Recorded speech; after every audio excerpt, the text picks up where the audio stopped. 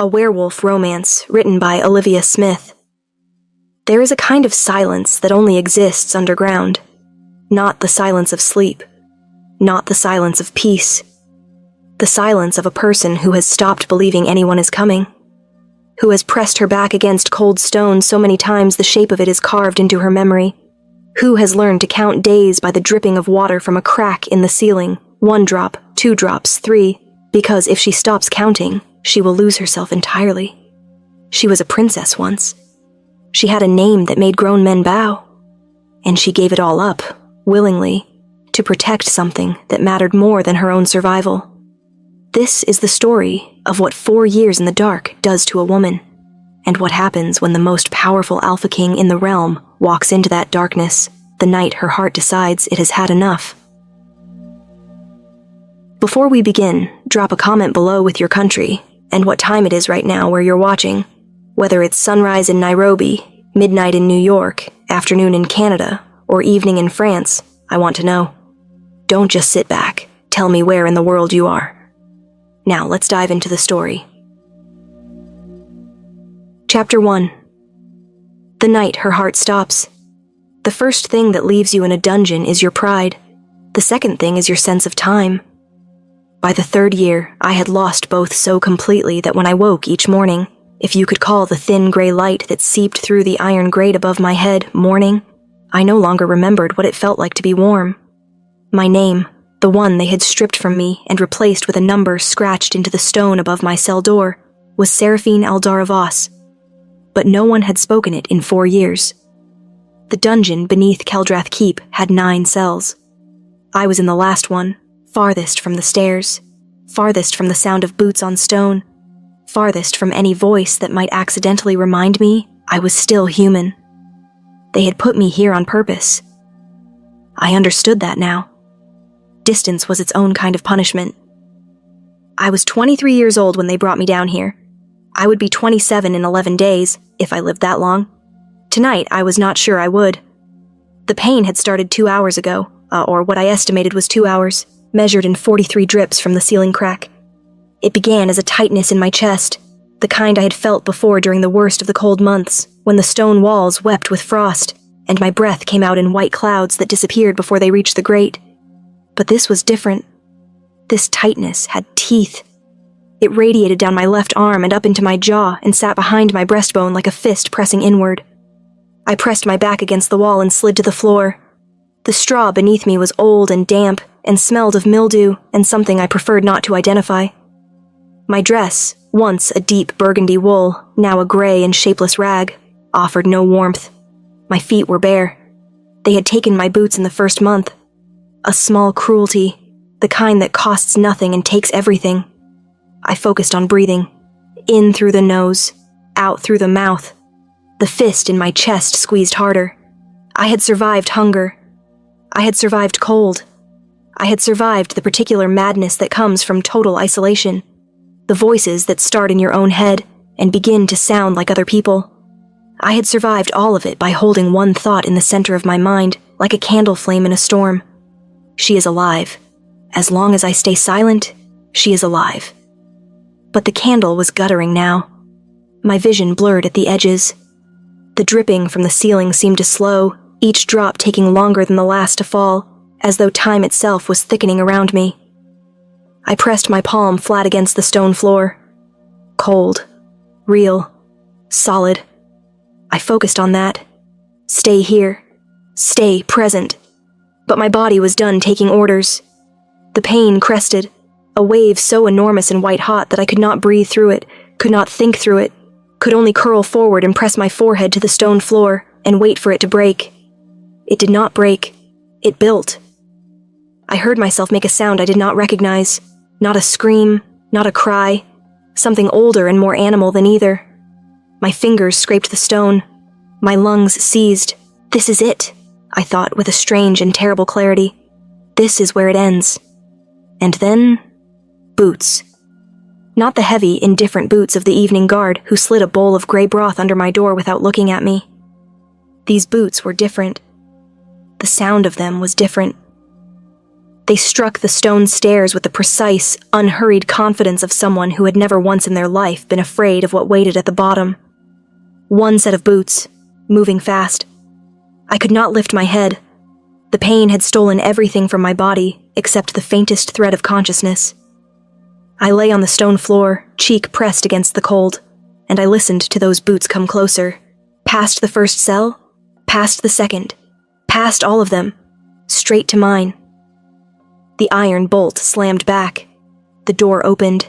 Light, real light, torchlight, warm and orange and enormous after 4 years of gray, flooded the cell and burned my eyes so completely that I could not see the figure standing in the doorway. I could only see the outline of him, tall and broad and utterly still, the torch in his hand casting his shadow long across the floor until it fell over me like a blanket. A voice, deep, controlled, and underneath the control, something that did not belong, something that cracked through the stone composure like a fault line splitting bedrock. "What?" the voice said quietly. "Have they done to you?" I tried to speak. My mouth moved. No sound came. The boots crossed the cell in 3 strides. The torch was set somewhere. I heard the scrape of iron, and then hands were on me. Large hands. Warm. The warmth of them against my frozen skin was so violent in its contrast that I gasped. "Stay awake." The voice again, close now, low and urgent. "Look at me. Open your eyes, and look at me." I tried. The pain in my chest was a living thing now, pressing upward through my throat, and my vision was narrowing from the edges inward, the gray creeping in from all sides the way it did before sleep. But this was not sleep. I knew this was not sleep. "Look at me." The authority in those 2 words was unlike anything I had ever heard. Not the cold authority of a jailer.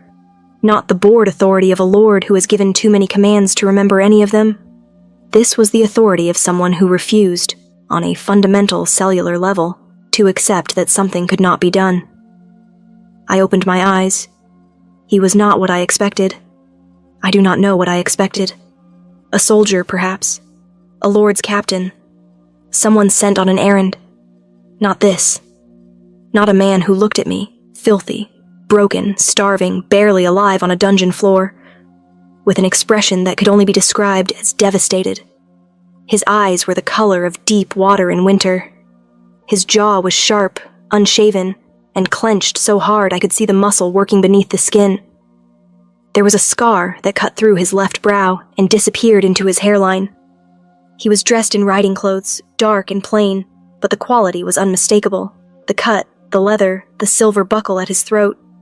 And at that silver buckle, a crest. A crest I recognized.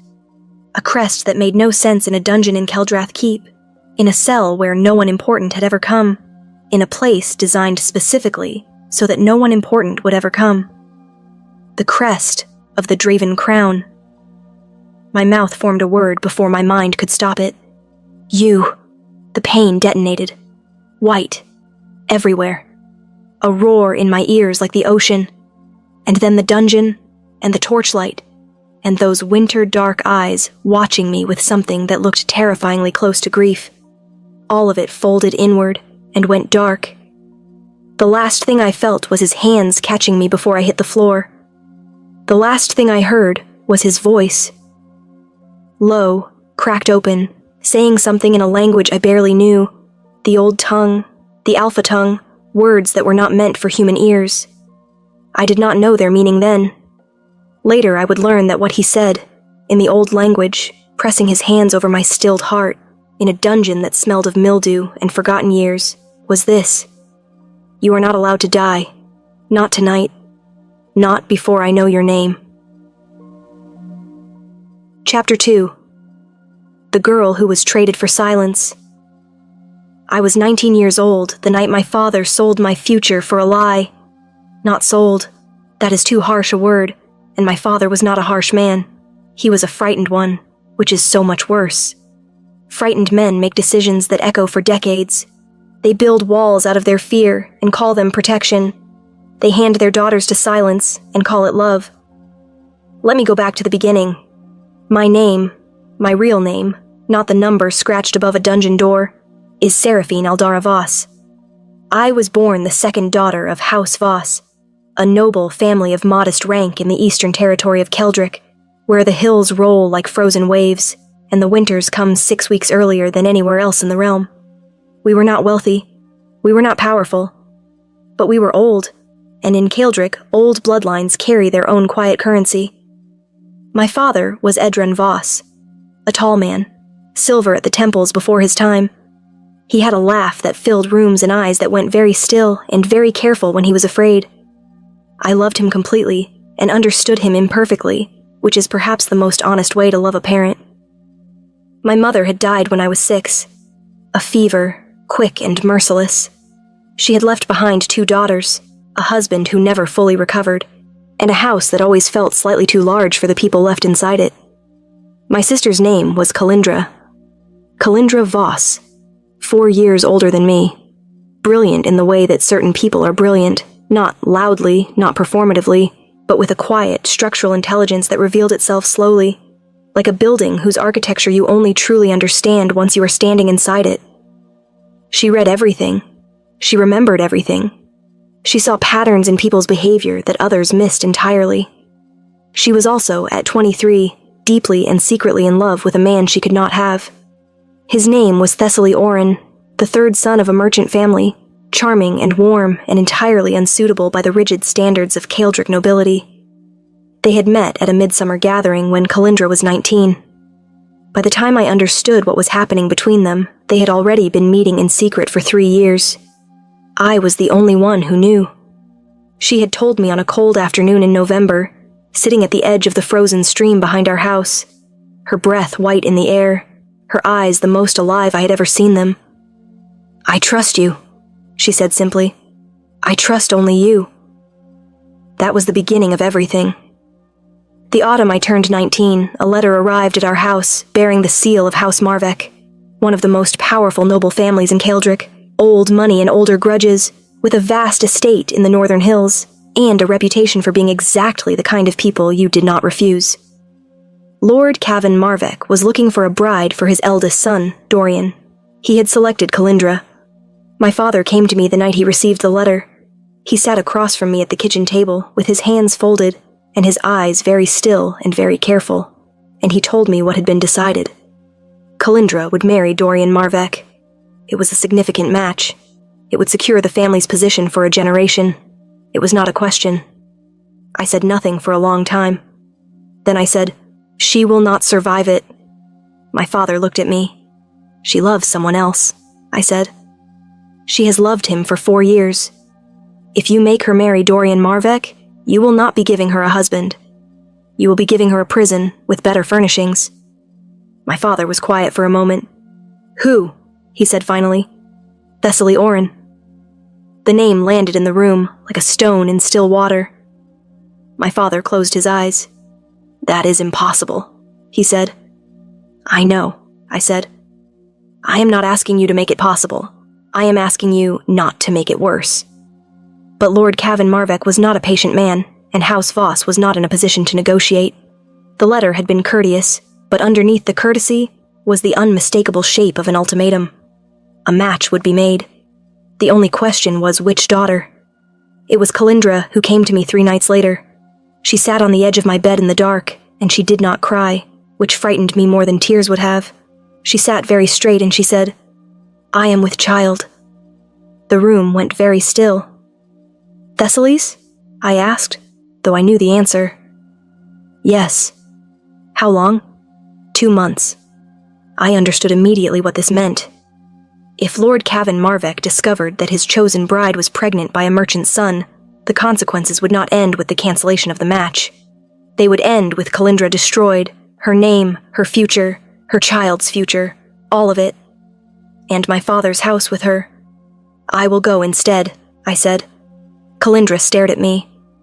"Dorian Marvek does not know what I look like," I said. "He has never met either of us. The letter selected a Voss daughter. I am a Voss daughter. Seraphine, you need 6 months," I said. "Long enough to have the child somewhere safe. Long enough to disappear with Thessaly, if that is what you choose. I can give you 6 months." You cannot give me 6 months married to Dorian Marvek. No, I said quietly. I probably cannot. What I did not tell her, what I had already understood sitting there in the dark with the cold November air pressing against the windows, was that 6 months was not what she would need. She would need longer. She would need forever. Because once I stepped into that role, stepping back out would unravel everything. I had already decided. In the space of 60 seconds, I had decided. Her child deserved to live without the shadow of this secret. Kalindra deserved the life she had chosen, even if it was a difficult one. And I was 19 and unattached, and still young enough to believe that sacrifice was romantic. I was wrong about that last part, but I did not know that yet. 3 weeks later, I arrived at Marvek Estate as Kalindra Voss, eldest daughter of House Voss, intended bride of Dorian Marvek. 6 weeks after that, Dorian discovered I was not who I claimed to be. He did not send me home. He put me in the dungeon. Chapter 3. The boy who became a monster. Dorian Marvek had a face designed for trust. That was the first thing I noticed when I arrived at the estate in a borrowed carriage with my sister's name on my lips and my own name buried somewhere in my chest. He was standing at the top of the stone steps when I arrived, hands clasped behind his back, expression arranged into something that resembled warmth. Sharp jaw, light eyes, dark hair swept back from a clean forehead. He was 26 and handsome in the polished, deliberate way that certain men curate, the way they choose their clothes and their expressions with equal care. He descended the steps as I stepped from the carriage. "Kalindra Voss," he said, and smiled. I smiled back. "My Lord Marvek," I said. He offered his hand. I took it. His grip was firm and dry, and held half a second too long. "You are exactly as described," he said. I did not ask who had described me. I simply nodded and smiled, and walked into his house, and began the most complex performance of my life. The first 2 weeks were almost manageable. Dorian was attentive without being warm. He asked questions that sounded casual and were not. He watched me across dinner tables, and during morning walks through the estate's formal gardens with a quality of attention that felt less like admiration and more like assessment. He was gathering information. I understood this because I was doing the same. What I gathered was this. Dorian Marvek was brilliant, controlled, and profoundly transactional. He did not want a wife. He wanted an alliance, the Voss bloodline, its connections to Kaldrick's eastern families, the quiet social legitimacy that a good marriage conferred. He had no interest in me as a person. He had interest in what I represented. This was, in a terrible way, a relief.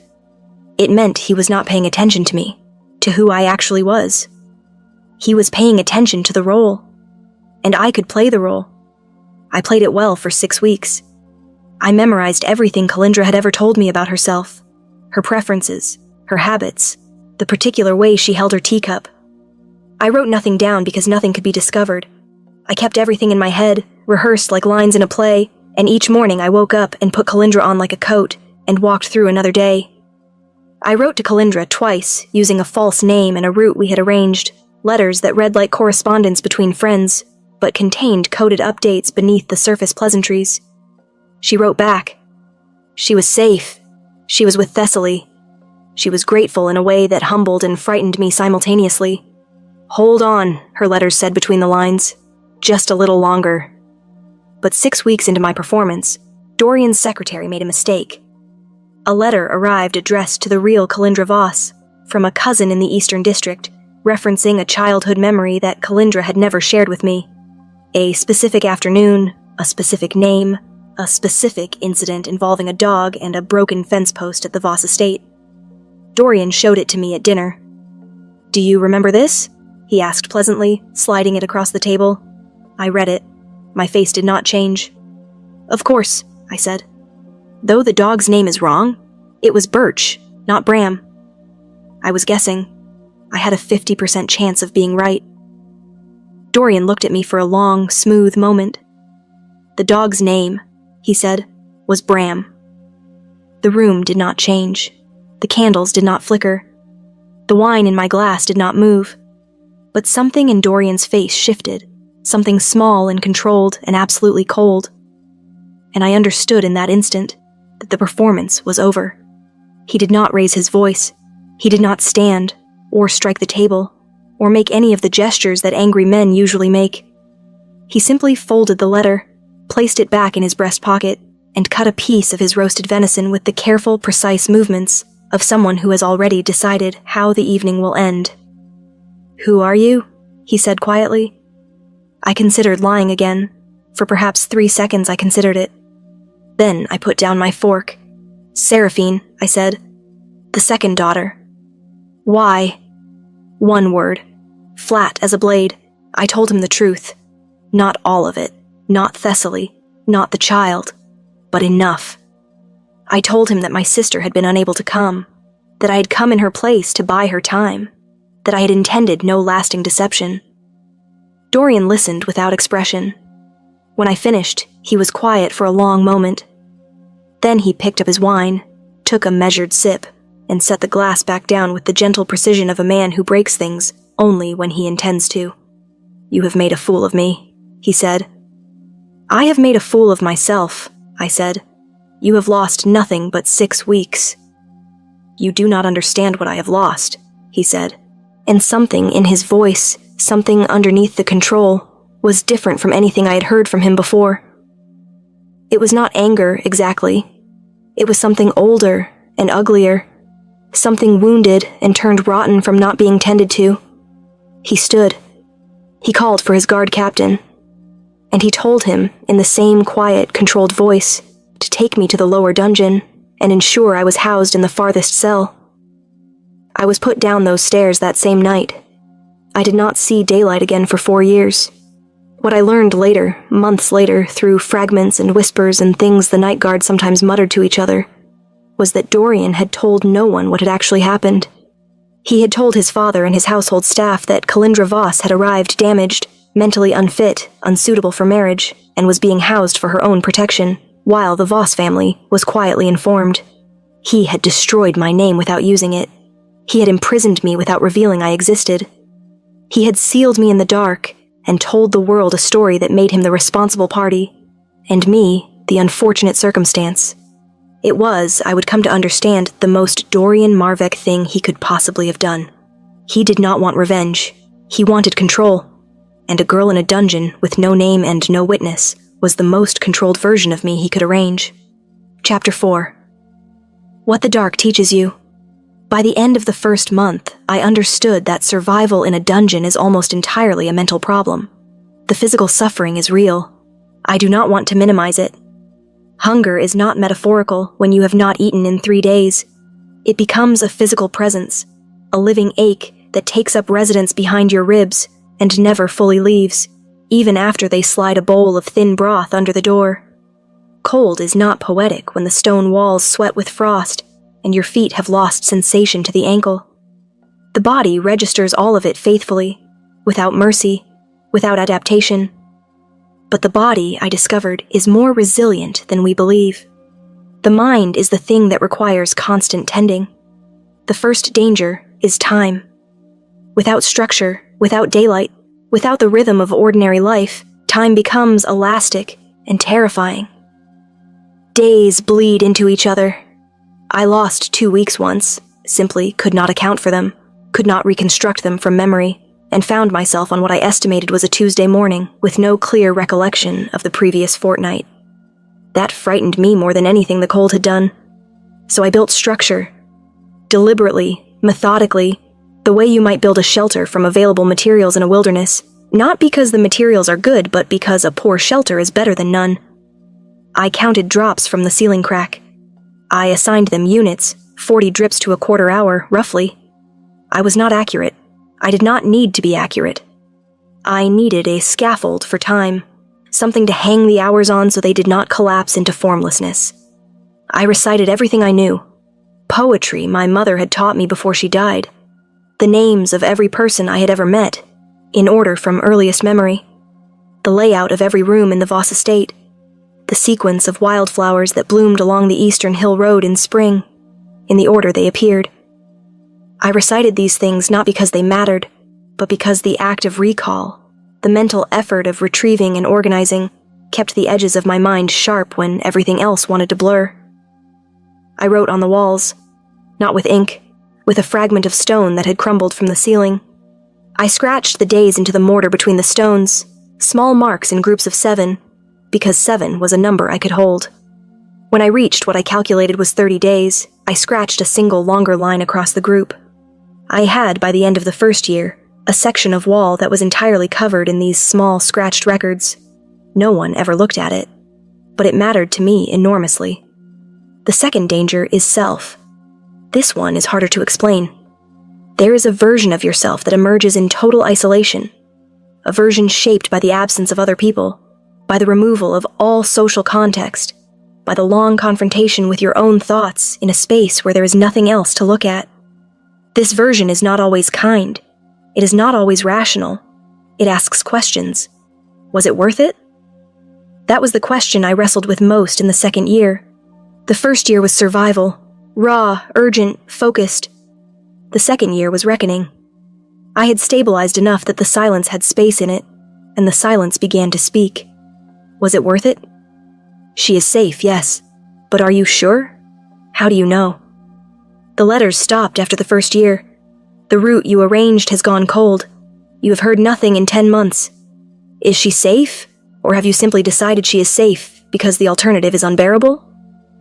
I had no answer. What I had instead was a choice, and I made it the same way each time the question surfaced. I chose to believe she was safe, not because I had evidence, because the alternative, that I was here, in this dark, for nothing, was a thought I could not survive, and survival was still the project. The third danger is hope. Hope in a dungeon is both necessary and dangerous. You need it to survive. But hope that is too specific, too attached to a particular outcome, becomes a trap. I learned to hold it loosely. Not I will be rescued by spring. Not Kalindra will come for me. Something vaguer, steadier, more structural. Things change. Everything changes. This is not permanent. I repeated it so many times it stopped feeling like hope and started feeling like physics. In the third year, the night guard changed. The new one was an older man named, I learned from the sound of other guards calling to him, Peter. He was different from his predecessors in one small, significant way. He sometimes spoke. Not to me. I was not a person to him. But he spoke to himself, or to the dungeon in general, in the way that solitary men sometimes do when they are used to being alone. He muttered. He commented on the weather above as he descended the stairs. He grumbled about his knees on cold mornings. He occasionally hummed something low and tuneless while he made his rounds. I learned to listen for him the way desert animals learn to listen for rain.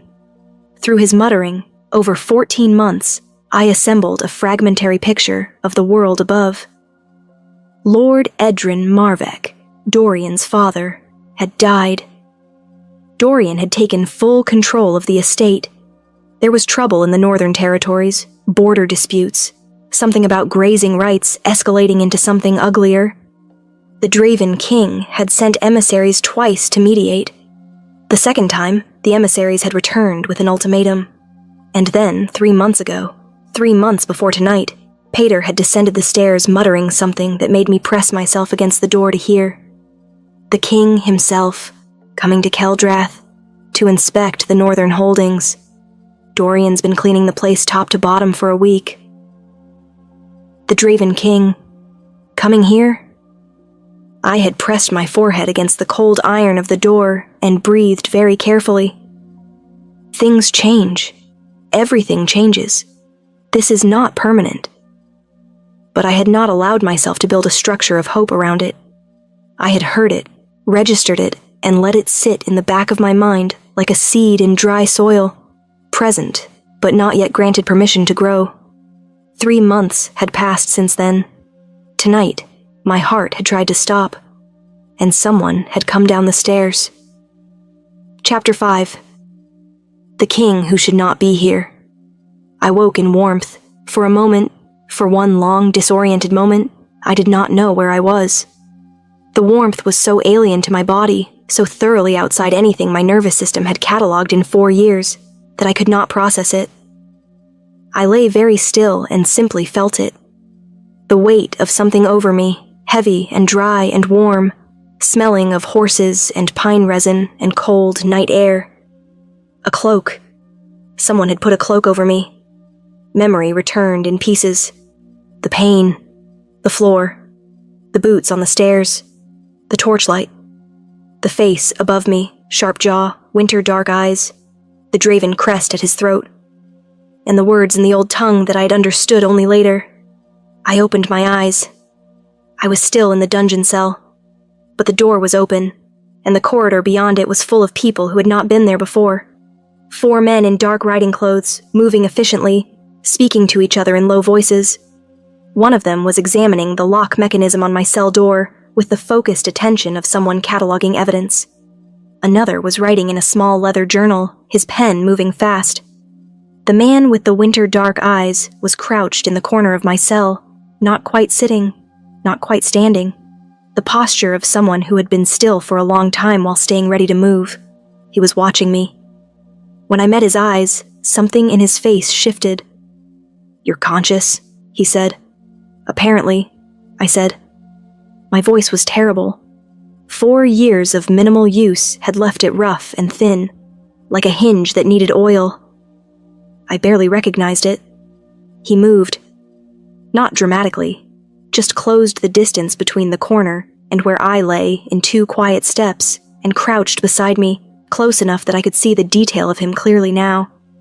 The scar through his brow was old, long healed with the slightly raised quality of a wound that had been deep. His eyes were not, as I had thought in the panic of my collapse, the flat blue-gray of winter water. They were more complex than that, darker at the outer edge, lighter near the pupil, with the kind of depth that came either from great intelligence or great age, and he was neither old enough nor young enough for me to determine which. "Can you sit up?" he asked. "Yes," I said before testing this claim. It turned out to be approximately true. I pushed myself upright with a considerable amount of internal negotiation between my body and my will, and sat with my back against the wall and the heavy cloak pooling around me. The movement sent a residual ache through my chest, not the terrifying detonating pain of before, but a deep, muscular soreness, the aftermath of whatever had happened. "Your heart stopped," he said, watching me. "I know," I said. "I restarted it." He said this without drama, as a statement of plain fact. "The Alpha Healing Touch? Are you familiar with it?" I had heard of it. The old texts, the ones I had read before my life became this cell, described it as a rare ability, present in perhaps 1 in every several hundred wolves with alpha blood.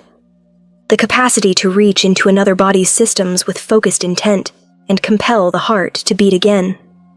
It was considered a gift of significant magnitude. It was also, according to the same texts, a profoundly intimate thing to do to a stranger. "You used the healing touch on me," I said. "Yes." "You didn't know who I was." "I still don't know who you are," he said. A pause. "I know who you are," I said. Something crossed his face, not surprise exactly, but a recalibration. "Tell me," he said. "You are Cayden Draven," I said, "king of the Draven territory. You came to Keldrath to inspect the northern holdings and mediate the border dispute, and you are very far from the part of this keep where guests are housed." A silence. "I am," he said. "How do you know this?" "The night guard talks to himself," I said. "I have been listening for 3 years."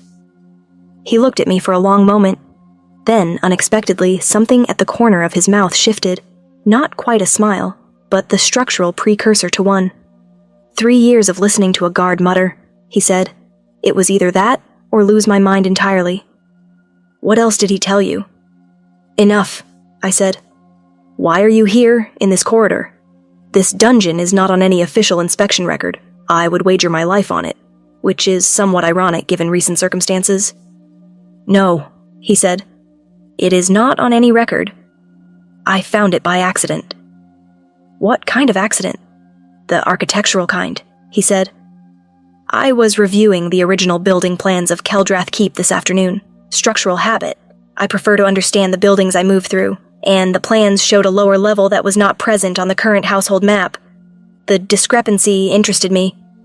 "You found a dungeon," I said, "and you decided to investigate it personally. I glanced at the grate above, the angle of what faint light existed, well past midnight. I had trouble sleeping.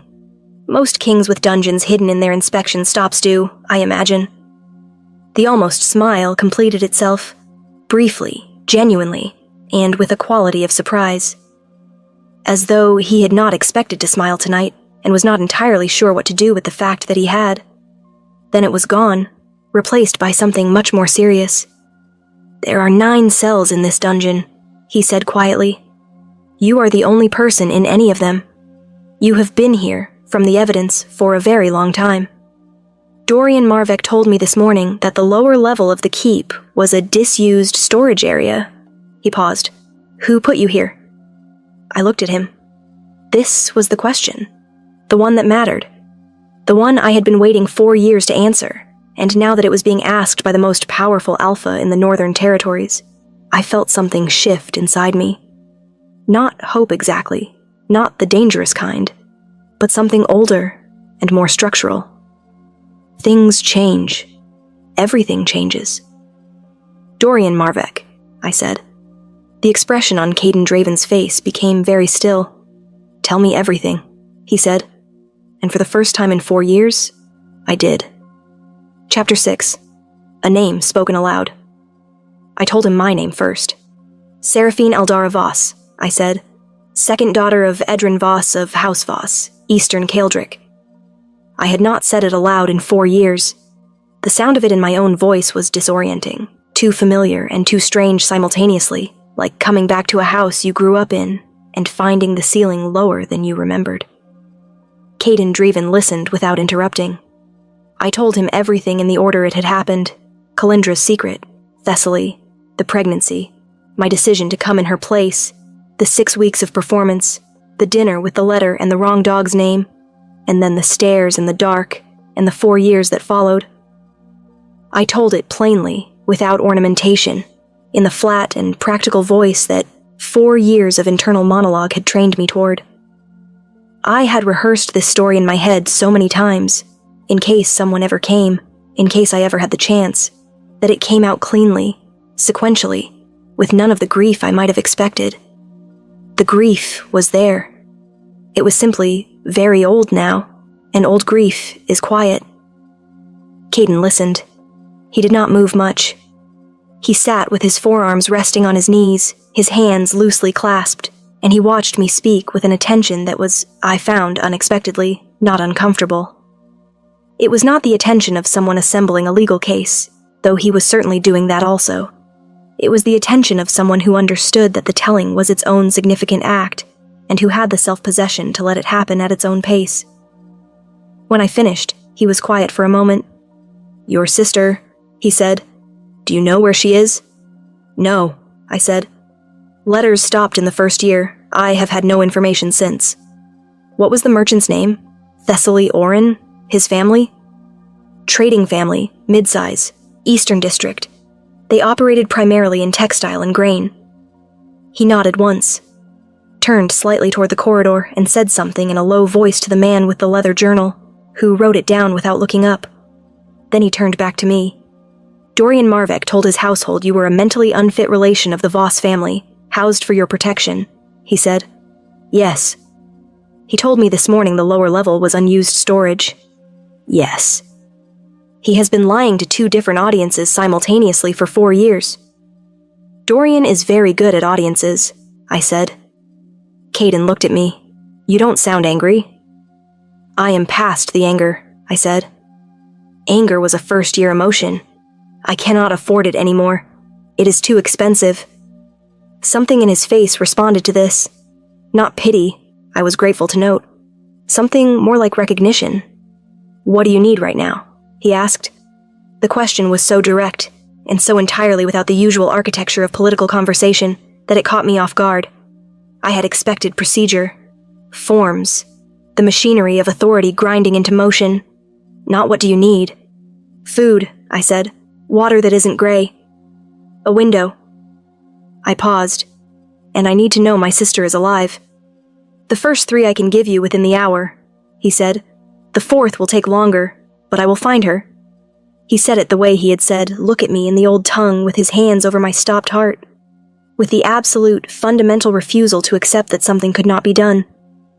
I believed him. I did not know him, and I believed him, which was either evidence of good instinct or 4 years of isolation destroying my critical faculties. I chose to believe it was the former. He stood.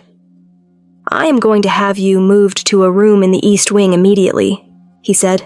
"It will be under my guard, not Marvek's. You will be safe. In the morning, I will deal with Dorian Marvek." "He will deny everything," I said. "Let him," said Caden Draven. He said it with such complete and quiet certainty that for a moment I simply stared at him. "You are very sure of yourself," I said. "I am sure of the building plans," he said. "I am sure of the lock on this door, which has been engaged from the outside every day for 4 years, based on the wear pattern on the bolt. I am sure of the marks on your wall. I counted them while you were unconscious. 1,412 days. He paused. "I am sure that no mentally unfit relation requires a cell with a bolt on the outside." A silence.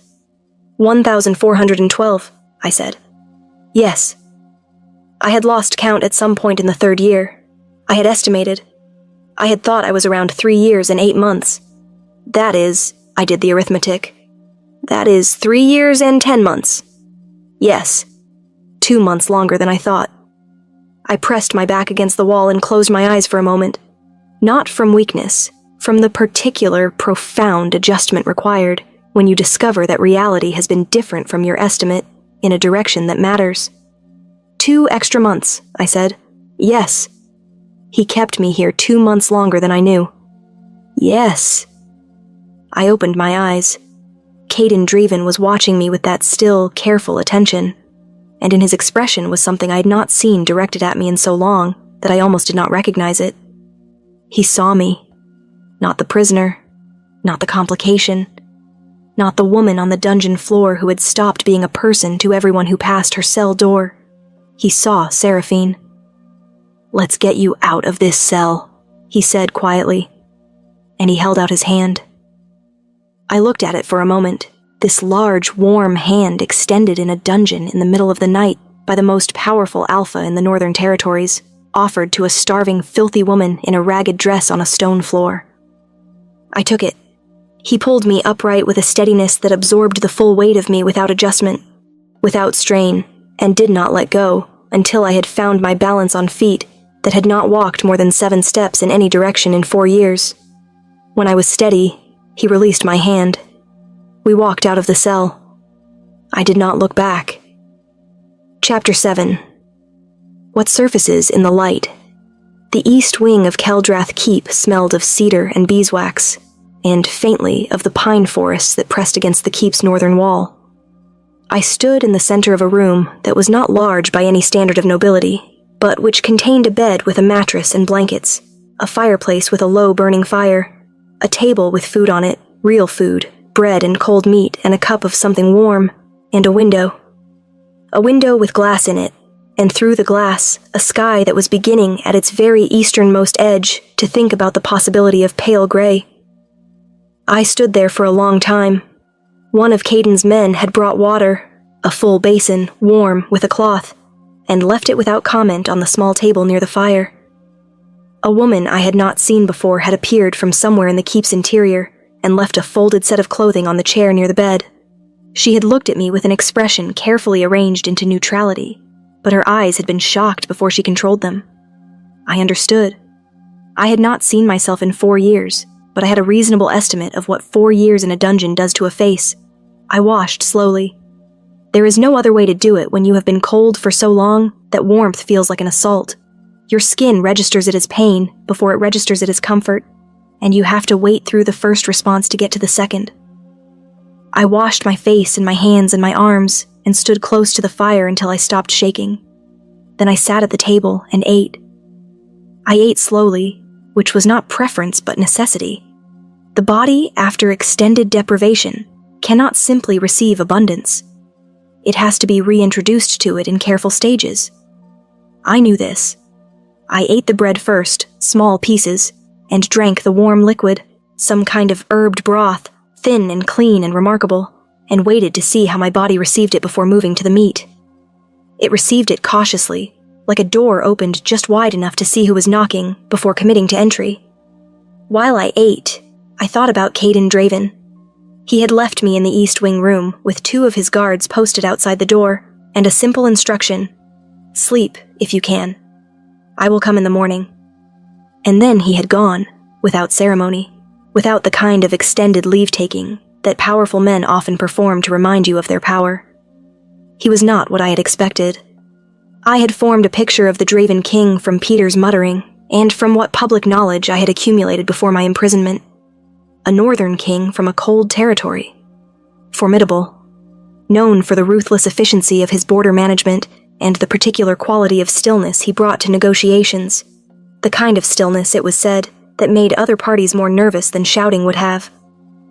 What I had not assembled from any of this was a man who reviewed building plans for architectural interest. A man who found a hidden dungeon and descended into it alone, past midnight, without sending a subordinate. A man who said, "What do you need?" and meant it. A man who counted scratches on a wall while I was unconscious, and came up with 1,412. I finished the bread. I tried the meat. I thought about the way he had looked at me in the dungeon, that expression that I had identified, cautiously, as seeing rather than looking, and I thought about the moment he had held out his hand. And then I stopped thinking about it, because that particular line of thought led somewhere I was not equipped to navigate. I had not been a person in 4 years. I had not been seen in 4 years. The warmth of being looked at by someone with that quality of attention felt enormous, and overwhelming, and dangerous. And I understood that I was in a fragile enough state that I might mistake it for something it was not. He was a king, investigating a crime in his territory. I was the crime's victim. That was the architecture of it. I needed to hold that clearly. I wrapped myself in the blanket from the bed, and sat in the chair near the fire and watched the window as the sky outside moved from dark gray to lighter gray, to the first thin thread of rose along the eastern edge. Dawn. Actual dawn. I pressed my fingertips against the cold glass of the window and watched the light come, and something in my chest that had been contracted for so long, I had stopped noticing it began, very slightly, to release. When Caden came, it was mid-morning. The sun was fully up, pale and winter-thin, and the light through the window was the kind that makes everything look slightly unreal. Too clean, too precise, like a painting of a room rather than a room itself. He knocked before entering. I noted this. He came in with 2 people, a physician, who examined me thoroughly and with professional detachment, and confirmed what I had suspected. Malnourished, significantly below healthy weight, with evidence of cardiac stress consistent with what had happened the previous night, but no permanent damage to the heart that he could identify.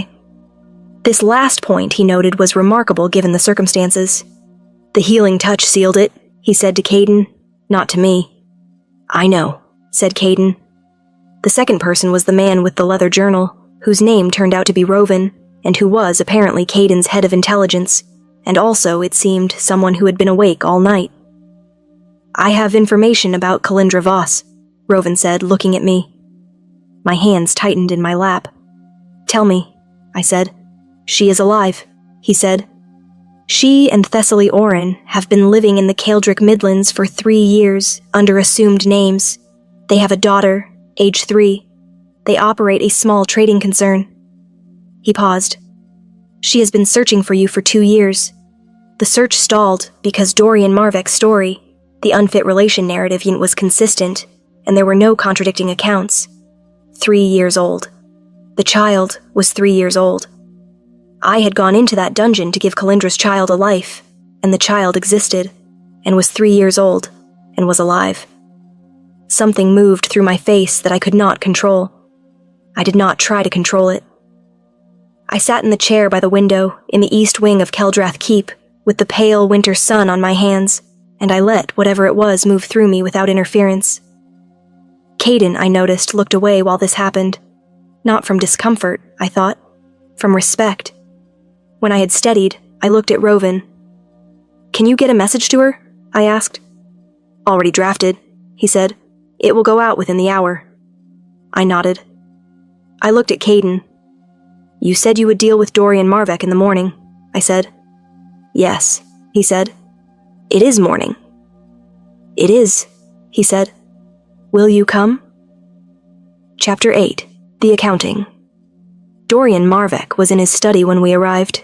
He was seated behind a desk of dark, polished wood, reading, or performing the act of reading, a document that he set aside with the smooth, unhurried movement of a man who has prepared for this meeting and intends for his composure to be the first thing anyone notices.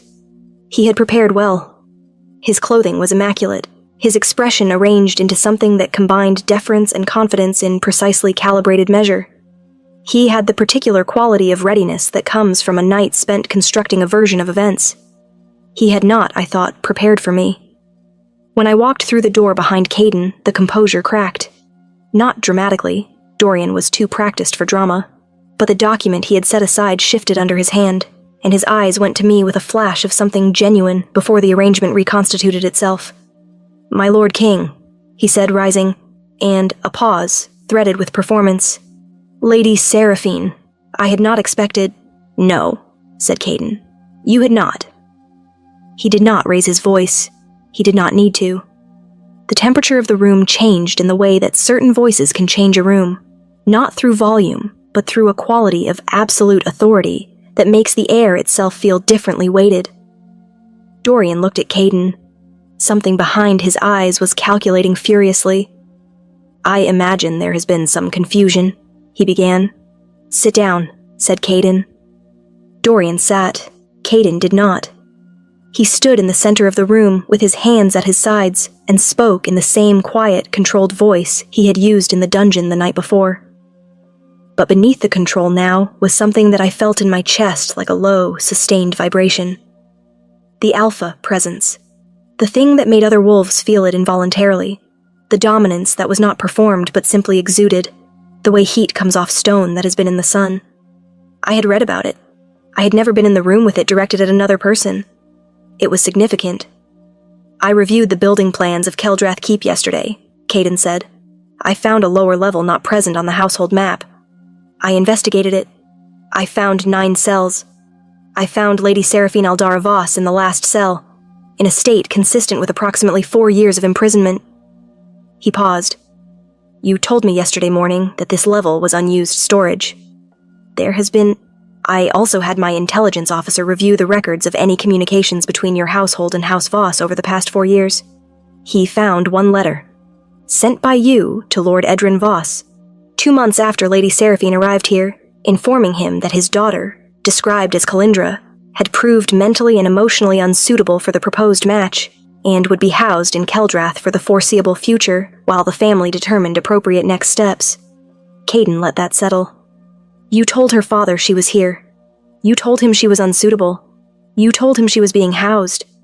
And then you sealed her in a dungeon and allowed him to believe that was a reasonable arrangement." Dorian said nothing. "Her father died," I said.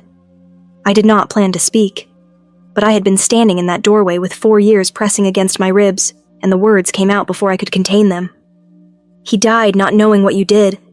He died believing I was here by some form of agreement, some arrangement he didn't understand but couldn't contest. You took that from him. You took the truth from him and let him die with it." The room was silent. Dorian looked at me, and for just a moment, for the space of a breath, the composure was completely gone, and what I saw underneath it was not the cold calculation I had braced for.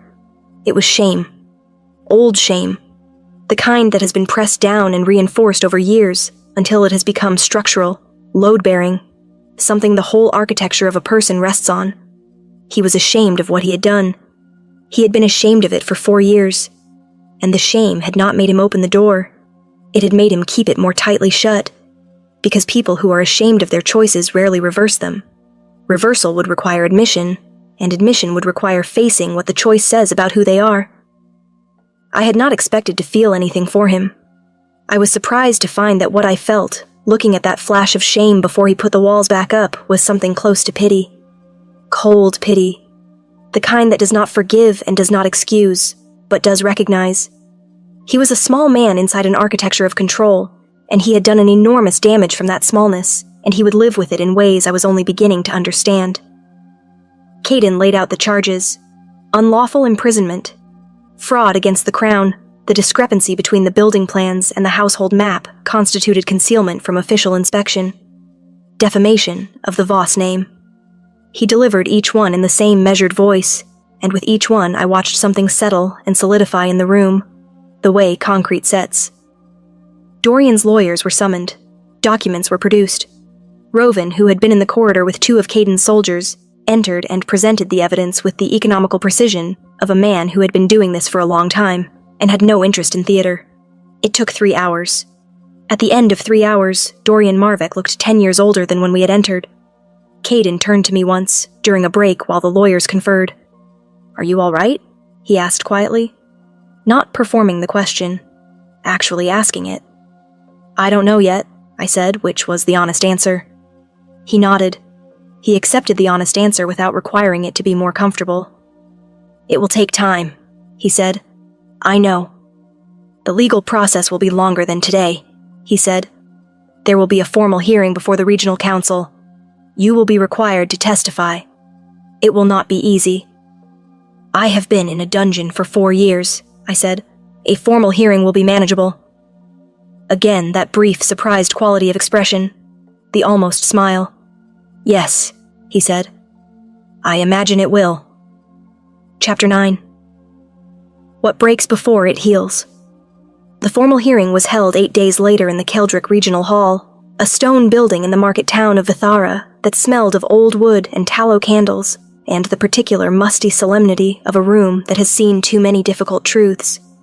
In those 8 days, I ate. I slept. I sat in the window of the East Wing room and watched the winter light move across the keep's courtyard. I watched the guards change shifts. I watched a dog cross the courtyard 3 times a day at approximately the same intervals, and wondered what it was looking for. I watched snow begin in the northern hills and move slowly southward. I existed in the world again. Present tense. Continuous. It was harder than I had expected. Not the physical recovery. That was simply slow and progressive, the body doing its patient arithmetic.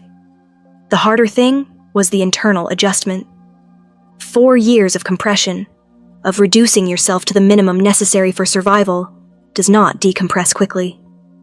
I found myself catching the reflexes of imprisonment in small ways, sitting with my back against the wall instinctively, waking from sleep to count drops from a ceiling that no longer dripped, reaching for the fragment of stone I had used to scratch marks into mortar that was no longer there. The body remembers what the mind tries to move past. Kaidan came each evening. Not for long. 30 minutes, perhaps 40. He was managing the mechanics of the legal process, coordinating with the regional council, communicating with the Draven court about the jurisdiction implications, and doing the work of a king who has discovered, in the middle of a routine inspection, something that has become significantly unroutine. He was busy in the comprehensive way that people with large territories and complex responsibilities are always busy. But he came. Each evening, in the hour before the kitchen sent up my dinner, he came and sat, in the chair while I sat on the edge of the bed, or at the window, and talked with me. Sometimes about the legal process, what to expect at the hearing, how the testimony would be structured. Sometimes about other things. He asked me about the marks on the wall, the 1,412 scratches. I told him about the counting system, the drops from the ceiling, the quarterly marks. He listened with the focused attention I was beginning to understand was simply how he listened, entirely, without the restless quality that many people brought to conversation, the slight lean forward that meant they were waiting for their turn. "What else did you use to stay sane?" he asked. I told him about the recitation, the poems, the names, the rooms, the systematic maintenance of memory as a deliberate act of self-preservation. "What poems?" he asked. I told him the first one that came to mind, a short one my mother had taught me, about the river in early spring when the ice breaks and the water moves fast under the remaining ice shelf, dark and urgent and free. I said it from memory, in the way I had said it hundreds of times in the dark, and when I finished, there was a silence. "Where did she learn that?" Caden asked. "I don't know," I said. "She died when I was 6. I have only what she gave me before then." "It's from the old Southern tradition," he said. "8th century. It was originally a navigation poem. Sailors used rhythmic verse as memory anchors for route information. The emotional content is secondary to the function." I stared at him. "You know it?" I said. "I know of it," he said. "The Draven Library has a collection of early Southern maritime literature." A pause. "Your mother may have had Southern ancestry." I had never known this. I would likely never be able to confirm it. But the idea of it, of a thread connecting my mother to something old and maritime and far away, a thread I had been carrying in my memory without knowing its origin, sat in me strangely, like finding an extra room in a house you thought you knew completely. On the 5th day, a letter came from Kalindra. Rovan brought it to me in the morning, without ceremony, and left me alone with it. It was 4 pages long.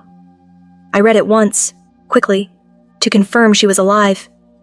Then I set it down and looked out the window for a while. Then I picked it up and read it slowly, the way it deserved to be read. She had been searching for 2 years. She had hit the wall of Dorian's story every time, the unfit relation narrative, consistently maintained, impossible to penetrate without access to the keep itself. She had written to the regional council twice. She had been told, politely, that the matter was a private family arrangement.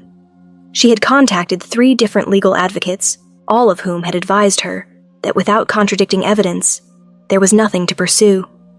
She was coming. She would arrive within the week, she wrote. She and Thessaly and their daughter, whose name was Serena. Serena. A version of my name, carried forward into the next generation without anyone outside Kalindra knowing why. I sat with that for a very long time. The hearing itself was brutal in the specific way that formal legal proceedings are brutal, not through violence, but through the meticulous, relentless requirement to recount, in organized and sequential detail, every element of an experience you have spent considerable internal effort learning to hold at a managed distance. I testified for 2.5 hours. I kept my voice flat and my hands still in my lap, and I answered each question with the precision of someone who has had 4 years to think through exactly what happened and in what order. I did not perform grief. I did not ask for sympathy. I laid out the facts in the sequence they had occurred and let the facts perform their own function. The council asked Dorian questions. He answered some of them with the careful architecture of a man who has prepared his version, but the building plans were in evidence. The boltware analysis from Rovan's team was in evidence. The letter to my father, in Dorian's hand, was in evidence. The 1,412 marks on the dungeon wall, documented and photographed by Rovan's scribe, were in evidence. Dorian's architecture had no foundation it could stand on. Halfway through the afternoon session, when the council presented the boltware analysis and asked him to explain how an allegedly vacant cell had its bolt engaged daily for 4 years, Dorian Marvek stopped answering questions. He looked at his lawyer. His lawyer looked at the floor. And in the silence that followed, the last structure of his constructed story came down. I was watching him when it happened, and I saw again, briefly, completely, that flash of old shame beneath the surface. And beneath the shame, something else. Something that surprised me. Relief. As though the weight of 4 years of maintained lies was heavier than he had admitted to himself, and the collapse of them, for all that it cost him, was also a setting down of something unbearable. I turned away. Caden was seated to my left, in his capacity as the presiding royal authority. He was watching the council. When the silence fell, he spoke 3 quiet sentences that closed the session and sent the council to deliberate. Then he looked at me, just once, and I understood in that look that whatever was building between us, slowly, carefully, in evening conversations and shared silences, and the particular vulnerability of being known by someone in the worst moment of your life, it was real, and it was something neither of us had planned for. I looked back, and neither of us looked away. Chapter 10. What Remains. Kalindra arrived on a Thursday. I knew it was Thursday because I'd begun keeping track again, not with stone fragments and dripping water, but with the ordinary markers of ordinary life. the changing of guards and the serving of meals, and the rhythm of a world that had not stopped moving while I was underground. She came through the keep's main gate in a hired carriage, and I was standing in the courtyard when it arrived, because Rovan had told me it was coming, and I had not been able to make myself stay inside. I stood in the cold morning air with a borrowed coat over my shoulders, and I watched the carriage door open. She was 31 now. I had last seen her at 19. The change was visible in the way she held herself, in the steadiness of her face, in the particular quality that comes to people who have survived choices they cannot undo and made peace with what the surviving cost. She was beautiful still and tired, and she stepped out of that carriage and looked at me standing in the courtyard, and her face did something I have no adequate words for. I walked toward her. She walked toward me. We met in the middle of the courtyard, and she put her arms around me, and I put mine around her, and neither of us said anything for a long time, because there was nothing that language could adequately do with what was between us, and we both knew it. Her daughter was 3 years old and had brown eyes, and Calindra's particular quality of calm, watchful intelligence, and her name was Serena. She looked at me from behind Thessaly's leg with the focused, curious assessment of a child who has not yet learned to perform her reactions, and then she walked toward me and held out a small wooden figure, a horse, roughly carved, obviously beloved, as an offering. I crouched down and accepted it with both hands. "What is her name?" I asked, holding the horse. "Maple," said Serena. "She's beautiful," I said. Serena looked at me for a moment. "You have sad eyes," she said, with the straightforward precision of the very young. "Yes," I said. "I do, but they're getting better." She took Maple back. She seemed satisfied with this answer. She walked back to Thessaly and leaned against his leg again and continued her watchful assessment of the courtyard. Thessaly shook my hand. He was quieter than I had expected, with the quality of a person who understood the weight of what his existence had cost and carried it seriously. He did not make speeches. He met my eyes and said simply, "Thank you. I know it doesn't cover it." "No," I said, "but it's enough." The council's judgment came 2 days after Calindra arrived. Dorian Marvek was stripped of 3 of his northern holdings, the ones that had been the subject of the border dispute, which was now moot, as they were to be placed under Draven administrative oversight pending redistribution. He was required to make financial restitution to House Voss, calculated on the basis of 4 years of unlawful imprisonment and damage to the family's reputation. He was formally censured by the regional council and barred from holding any appointed position in the regional administration for 10 years. He was not imprisoned. I had not asked for imprisonment. I had been asked by Caden's legal officers what outcome I sought, and I had thought about it for a long time before answering. What I had said was this: I want my name restored. I want the record corrected. I want the truth on paper, in the official record, where it cannot be revised. That was what I had wanted, and that was what the judgment delivered. My name, Seraphine Eldara Voss, second daughter of House Voss, was formally entered into the regional record as unlawfully imprisoned and wrongfully defamed. The judgment stated plainly what had happened and who had done it. The truth, on paper. Permanent. Dorian Marvek left Keldrath Keep 3 days after the judgment. I did not watch him go. I was in the courtyard with Serena, who was teaching me the names of clouds with the absolute authority of someone who has recently learned something and intends to share the full extent of their knowledge. "That one is a sheep," she said, pointing. "Cumulus," I said. She looked at me. "Sheep," she said firmly. "You're right," I said. "It's a sheep." She nodded, satisfied, and pointed to another. Caden found me there. He came across the courtyard in the unhurried way that was characteristic of him, and Serena assessed him with her watchful brown eyes, and then apparently decided he was acceptable, and returned her attention to the clouds. He stood beside me. We looked at the sky. "The Draven court expects me back within the week," he said. "I know," I said. A pause. "I have been trying," he said, "to identify the correct way to say what I want to say. I have been finding it surprisingly difficult." "That is unusual for you," I said. "Extremely," he said, with a quality of dry honesty that made me want to smile. "Say it plainly," I said. "You told me once you preferred plain." He turned to look at me. I would like you to come to Draven, he said. Not as a prisoner, not as a ward, not as a case to be managed. As my guest, for as long as you want. And while you are there, I would like the opportunity to know you in a context that is not a dungeon or a courtroom. The winter sun was thin and pale above the keep walls. My breath came out white in the cold air.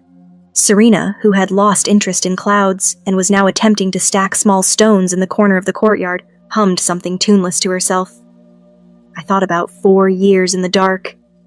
I thought about the candle flame I had held in the center of my mind. She is alive. As long as I stay silent, she is alive. And how it had almost gone out in the end.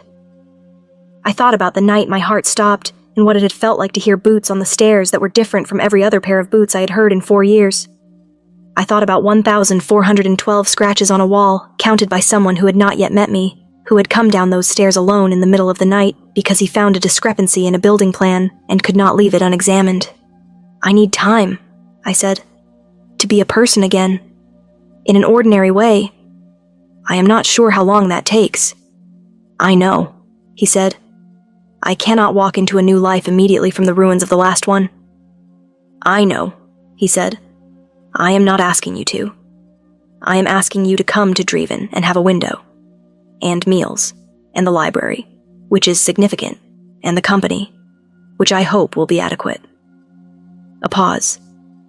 I am asking you to let the recovery happen somewhere that is not Keldrath, which I suspect holds limited appeal. Accurate, I said. Serena had successfully stacked 4 small stones and was regarding this achievement with the serious satisfaction of an engineer whose calculations have proved correct. Draven is cold, I said. Yes, he said, though not dungeon cold. High bar, I said. Lowest possible bar, he said. I looked at him.